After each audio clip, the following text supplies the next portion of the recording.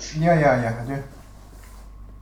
Yeah, I want to share with you a thought that I just had. There's a book that I'm reading. It's called Sand Talk, Yeah. like sand. And the guy's in Australia, so he's like original, but he's also academic.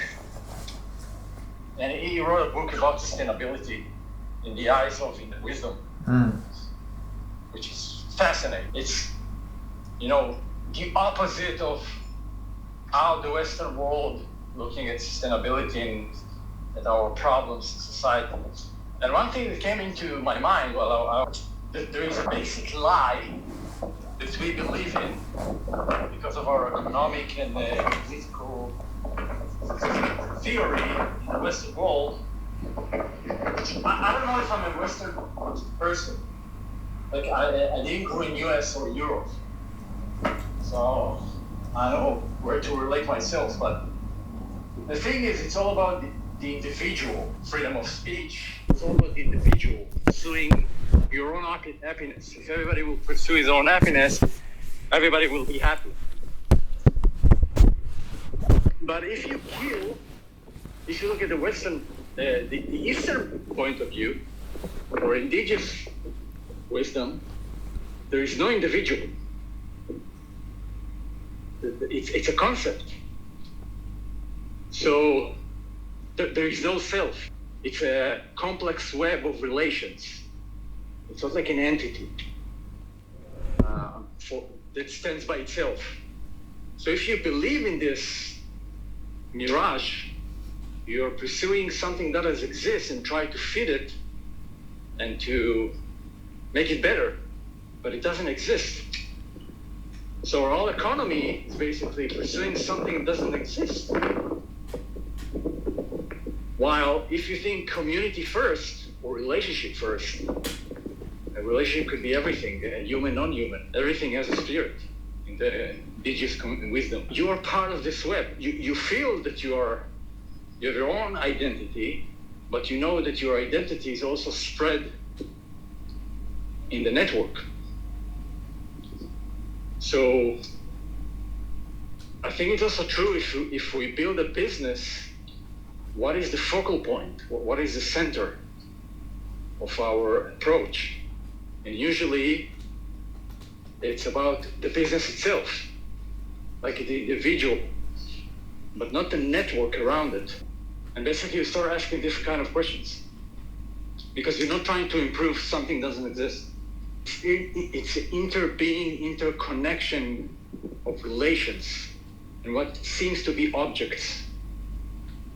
But if you improve the connection, and this is your focal point, you improve what's called the business. For example, ROI, KPI, or looking at one entity. Long term, it will cause harm because it doesn't exist. And you optimize everything for this entity and not for the whole web. We humans are stronger when we are together. So if we optimize something, we optimize for everyone.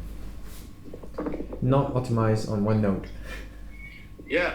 So if you optimize for one node, it's a lie because there is no one node. It's a web of connections, which is not only human, by the way.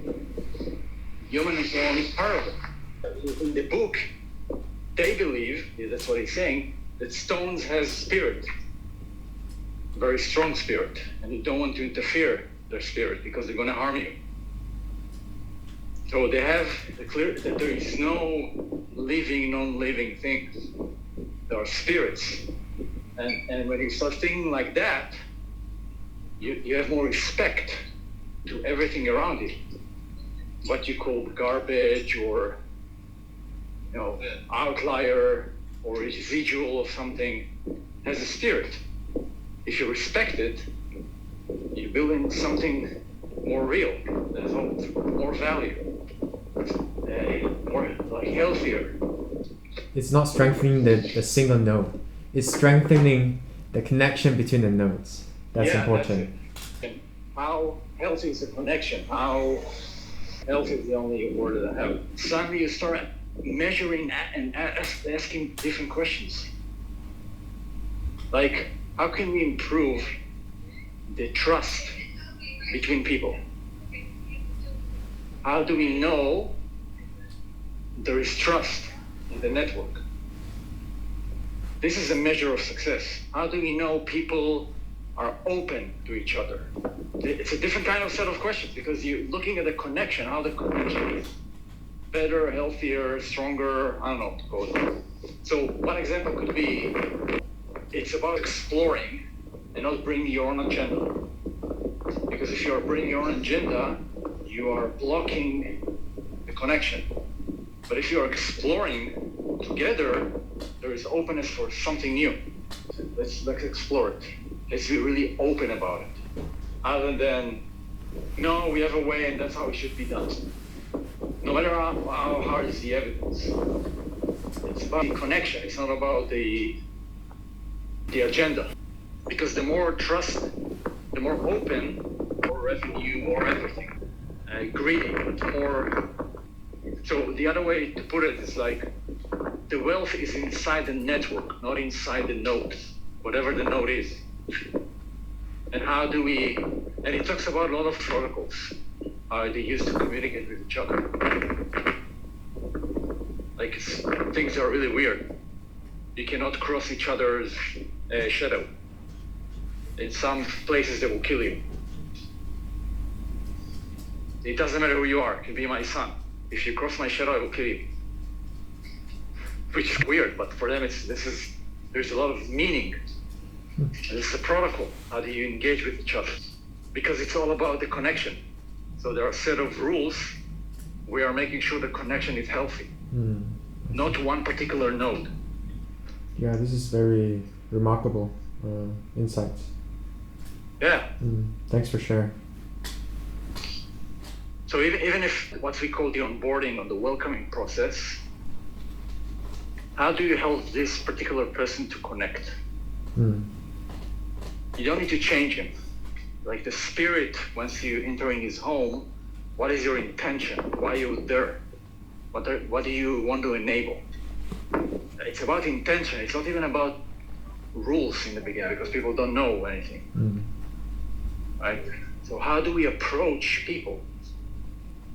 Rosa, Boris, ourselves. A lot of respect to everything that we do. You know, it could be the camera, it could be our conversation. It's about the relation between us and the place. Otherwise, we will do what capitalists do. It's all about revenue and ROI and VC and growth, regardless if it's healthy or not. Because this is the default pattern. That's the KPIs, you know, what do you want to measure? And it's a disrespectful relationship to everything else. I really recommend you to read this book. I think you're going to love it. Please, very, very interesting. Please share the name of the book. Yeah, I will show you. Okay, let's talk tomorrow. Yeah, it's a little bit heavy, but let's take that. Yeah. Thanks for sharing your thoughts again.